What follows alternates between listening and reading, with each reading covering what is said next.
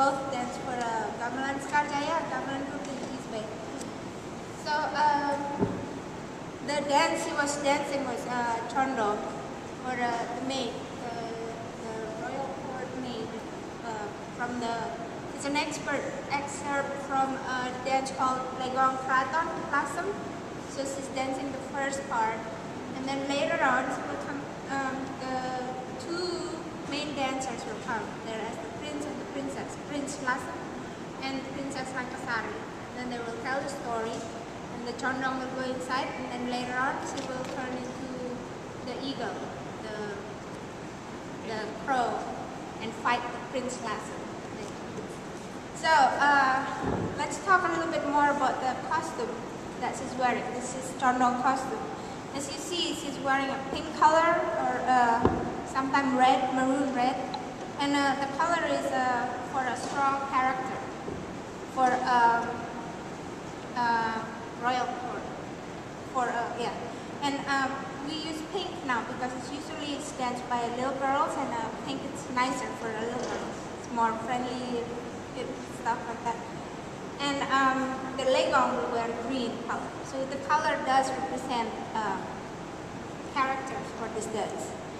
And the headdress, this is the condong headdress, and we have a legong headdress there too. And you can see the difference later if you want to look at the legong headdress. For condong, we have the hair loose. In Bali, the loose hair is symbolized for youth, for girls. And then when you're a mature woman, you have your hair tied up, and it's like it's also in the formal costume. You also wear the hair like that too.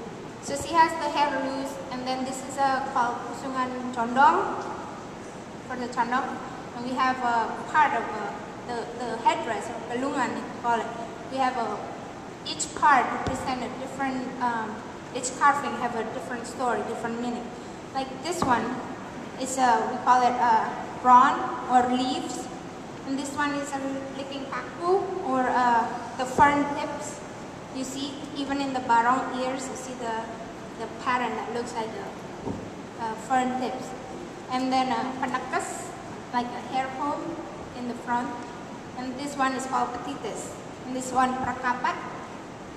And it's a very specific for a Lego. And this one is the monte, like that. And then we have the flower, it's bajangan. In the past, it used to be a real flower, it's ranjakan, so it smells good, but the performance is not every day or for tourists, so it's a pleasure to look for them. And then she have the earrings, subang, that's the female earrings. And this part right here is called badog, or a shoulder cuff. It's like a necklace.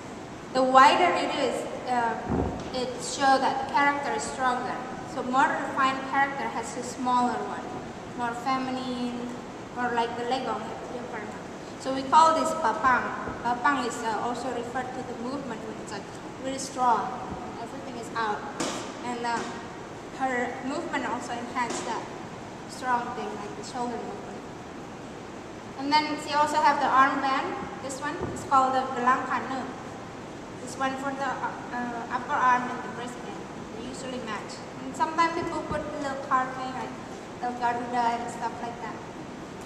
And then this part right here is lama, or the apron. For condong or a servant, they usually have a split apron. And you also notice in the barong performance, they have the sisia, the students, that's also sort of work as a servant. They also have a split apron. And then when you're royal or you're big character, then you have a solid, like in the legong.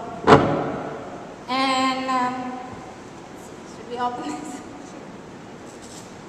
So the shirt. There. Now under the shirt, on top of the belt, is the tutup dada, we call it. This is the ampo-ampo. And this is the tutup dada. In the past, I don't think they have this. It's like a pretty new invention. Make it contrast and nice. And then the belt. Maria, this afternoon she put up the traditional one, but for right now she put up the more practical use. It's a pre-made. But this belt is usually made from a long belt like that, a very long wrap, about 8 meters long, but it depending on what size you are. Some people have very long torso that they need about 11 meters. And then they have to dart the breast area, so it doesn't come off and stuff like that. And this one is ampa, the belt. You see, it has the back part, the bigger one, and that's also the function is to cover the back side. Every costume in Bali have a little bit symbolism, as a symbolic meaning. So these are like basically covering your, a belt is to cover your emotions, you know, to kind of like restrain yourself, so you wear a belt. And this one also is kind of like your back area, and then the front is for the front area, the solar plexus. And then we also have a awir, sort of like make it enhance your accentuate your. And then the sarong. For the woman, the girls dance, it's end up on the right side. So, and then makeup.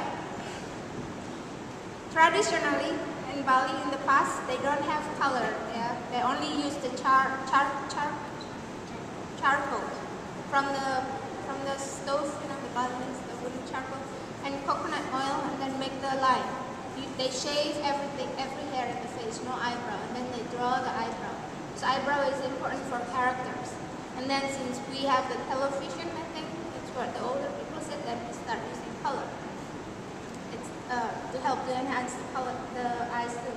And we don't save it anymore. We just use a different color to shade the eyebrow and stuff like that. So now the traditional color that we use in Bali is blue, red, and yellow. I'm not sure if it has a symbolic meaning, but maybe. And then red, and then she also have in the side of the face, it's called taling hidang. It's to symbolize, it's not symbol, this is a beauty, I think. But this thing right here, the 3 dots on the side, that does have a little meaning. It's like some dancers, they would, when they put it up, they will chant a little mantra. And also the condong, that's the third eyes, for the third eyes, and this is for Brahma, Vishnu, Shiva. So they kind of, they cite the mantra when they put it up. So that it's kind of like they want to have a taksu, or a charisma, spiritual charisma, to come down to them when they're dancing. That's like their third eyes. And then lipstick. So I think that's it.